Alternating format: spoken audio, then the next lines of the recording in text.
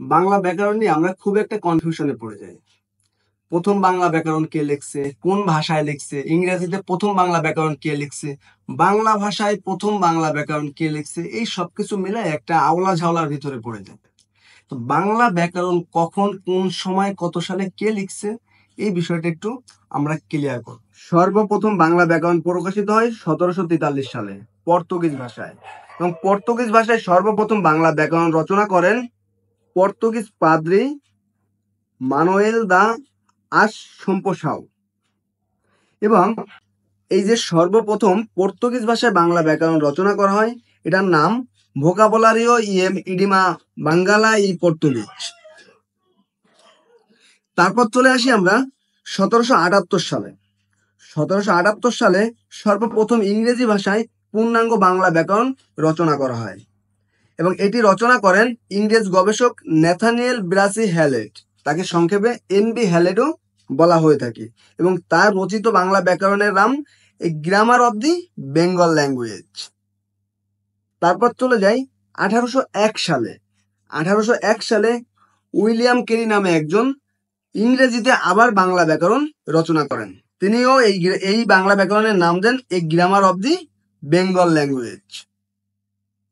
তারপর আমরা চলে যাব 1826 সালে। 1826 সালে রাজা রামমোহন রায় ইংরেজিতে বাংলা ব্যাকরণ লেখেন, যেটার নাম Bengali grammar in the English language. এবং 1833 সালে রাজা রামমোহন রায় সর্বপ্রথম বাংলা ভাষায় বাংলা ব্যাকরণ রচনা করেন, যেটার নাম গৌড়ীয় ব্যাকরণ। তাহলে আমরা কি পেলাম? আমরা কিন্তু 5টা সাল পেলাম। 1743 সালে পর্তুগিজ ভাষায় বাংলা ব্যাকরণ, 1778 সালে ইংরেজি ভাষায় বাংলা ব্যাকরণ, 1801 সালে আবার ইংরেজি ভাষায় বাংলা ব্যাকরণ, 1826 সালে আবারও ইংরেজি ভাষায় বাংলা ব্যাকরণ, এবং সর্বশেষ 1833 সালে বাংলা ভাষায় বাংলা ব্যাকরণ। আশা করি বাংলা ব্যাকরণের কনফিউশনটা অনেকখানি দূর করতে পারছি। এখন প্রশ্ন হচ্ছে, এখান থেকে কিভাবে প্রশ্ন আসতে পারে, এই বিষয়টা একটু আমাদের খেয়াল রাখতে হবে। দেখো, প্রশ্নটা এমন হতে পারে, সর্বপ্রথম বাংলা ব্যাকরণ কোন ভাষায় রচিত হয়, বা সর্বপ্রথম বাংলা ব্যাকরণ কে রচনা করে। সর্বপ্রথম তার মানে পর্তুগিজ ভাষায় যিনি রচনা করেন। তারপর এভাবে প্রশ্ন আসতে পারে, সর্বপ্রথম ইংরেজি ভাষায় বাংলা ব্যাকরণ কে রচনা করেন, বা সর্বপ্রথম ইংরেজি ভাষায় বাংলা ব্যাকরণ কত সালে রচিত হয়।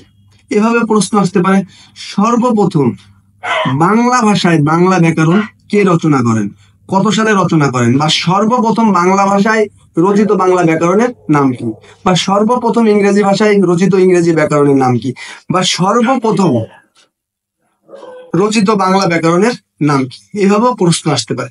একটা জিনিস তোমরা খেয়াল করবা, তোমরা যে ধরনের থিওরি পড়ো না কেন, ক্লাসে হোক, অনলাইন হোক, ইউটিউব ভিডিও দেখে হোক, যেভাবে হোক না কেন, তোমরা ওই ক্লাসটা করার পর বা ওই ভিডিওটা দেখার পর বা ওই থিওরি পড়ার পরে তোমরা নিজেরা অ্যানালাইসিস করবা যে এইখান থেকে কিভাবে প্রশ্ন আসতে পারে, এবং সেটা করতে যদি কারো সমস্যা হয় ওই রিলেটেড অনলাইনে সার্চ দিবা যে এই রিলেটেড ভর্তি পরীক্ষায় কি ধরনের প্রশ্ন আসে। দেখবা বিভিন্ন ধরনের এমসিকিউ তোমার সামনে হাজির হয়েছে, তখন তোমার এগুলোকে একটু প্র্যাকটিস করতে হবে। তাহলে কি হবে, তোমার জড়তাটা কমে যাবে এবং তোমার পড়ার যে কনসেপ্টটা সেটাও ক্লিয়ার হবে।